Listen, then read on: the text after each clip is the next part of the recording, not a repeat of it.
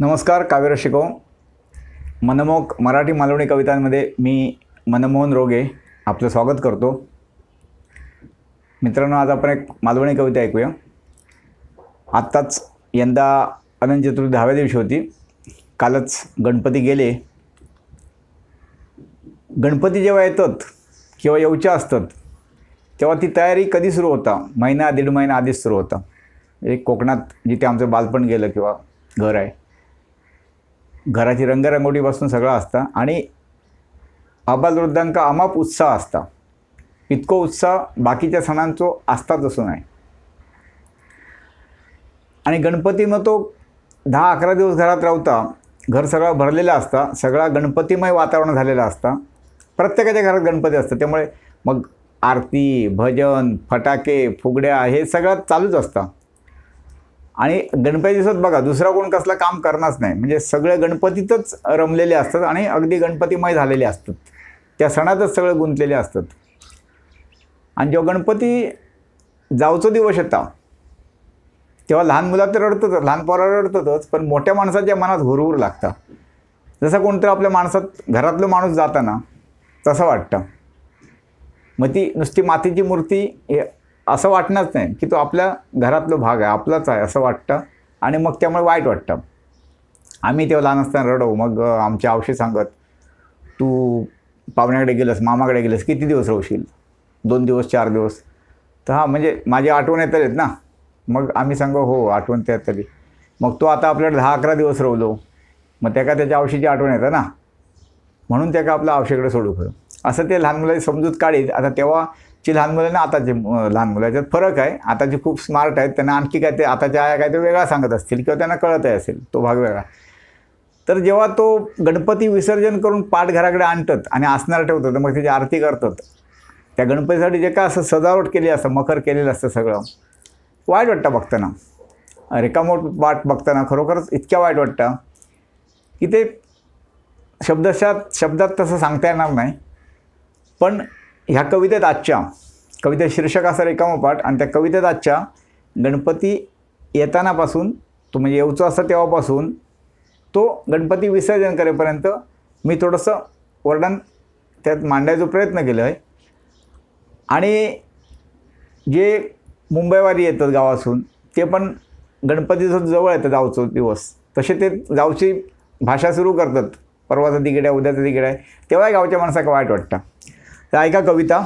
तुम्ही ह्या स्थितीतून नक्कीच गेलेले असतालच. कवितेचे शीर्षक रिकामोपाठ. स्वागत तुझा करूक सजवतात घरदार, स्वागत तुझा करूक सजवतात घरदार, सगळेच असत आनंदात वाट बघतात पोर्टवर. स्वागत तुझा करूक सजवतात घरदार, सगळेच असतात आनंदात वाट बघतात पोर्टवर. येतच जोरात वाजत गाजत, यातना आणताना वाजत गाजत आणतात ना, येतच जोरात वाजत गाजत फुगडे आरती भजना सुरू होतात. येतच जोरात वाजत गाजत फुगडे आरती भजना सुरू होतात. रोज निवेदक गोडधोड शिजता, रोज निवेदक गोडधोड शिजता, गणपती किती सो पै पावणं येता. गणपती बघू, गणपती किती सो पै पावणं येता. 11 दिवस आनंदात राहतस. 11 दिवस, यंदा 10 दिवस होतो. 11 दिवस आनंदात राहतस, सगळ्या घराचा गोकुळ करतस. 11 दिवस आनंदात राहतस, सगळ्या घराचा गोकुळ करतस. वाद भांडणा दुःख पिढा इसराक लावतस. वाद भांडणा दुःख पिढा सगळा इसराक लावतस.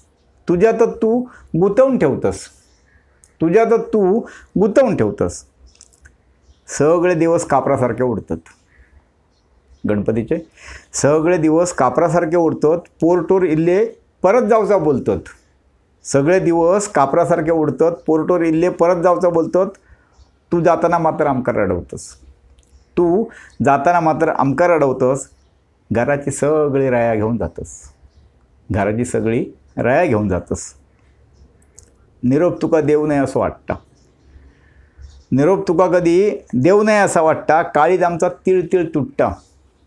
निरोप तुका कधी देऊ नये असं वाटता, काळीज आमचा तिळतिळ तुटता.